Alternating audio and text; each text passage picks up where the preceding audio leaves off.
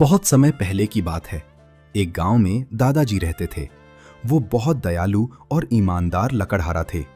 वो दिन भर जंगल में सूखी लकड़ियां काटते और उन्हें बेचकर जो भी थोड़े बहुत पैसे मिलते उससे अपना गुजारा करते था।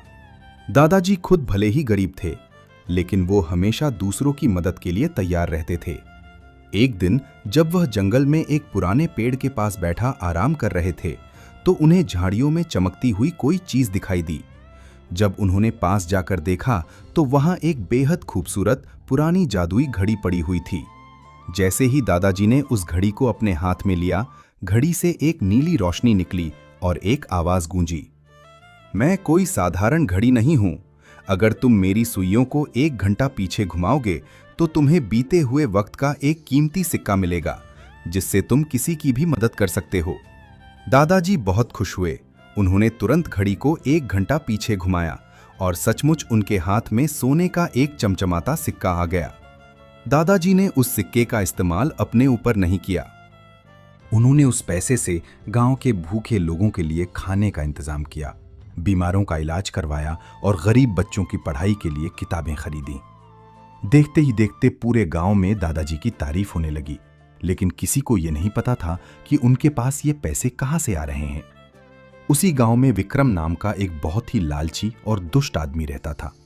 जब उसने देखा कि दादाजी रातों रात इतने अमीर और लोकप्रिय हो रहे हैं, तो उसके मन में लालच आ गया।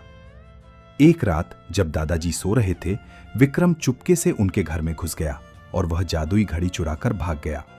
अपने घर पहुंचकर विक्रम ने जैसे ही घड़ी को पीछे घुमाया, उसके सामने भी सोने का सिक्का आ गया। विक्रम खुशी से अंधा हो गया। उसने सोचा, अगर मैं इसे बार बार पीछे घुमाऊंगा तो मैं दुनिया का सबसे अमीर आदमी बन जाऊंगा। लालच में आकर उसने घड़ी को तेजी से कई बार पीछे घुमाना शुरू कर दिया। लेकिन वो जादुई घड़ी केवल अच्छे काम करने वालों के लिए वरदान थी, लालची लोगों के लिए नहीं। जैसे ही विक्रम ने घड़ी को बहुत ज्यादा पीछे घुमाया, घड़ी से एक तेज काली रोशनी निकली और विक्रम की खुद की उम्र पीछे जाने लगी।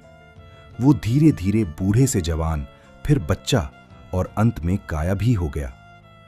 जादुई घड़ी खुद ब खुद वहां से उड़कर वापस दादाजी के आंगन में आ गिरी। वो समझ गए कि लालच का अंत हमेशा बुरा होता है। दादाजी ने पहले की तरह ही घड़ी का सही इस्तेमाल किया और हमेशा जरूरतमंदों की मदद करते रहे। लेकिन एक दिन दादाजी अकेले आंगन में बैठे उदास थे, क्योंकि इतना अच्छा काम करने के बाद भी आपने अभी तक इस वीडियो को लाइक और चैनल को सब्सक्राइब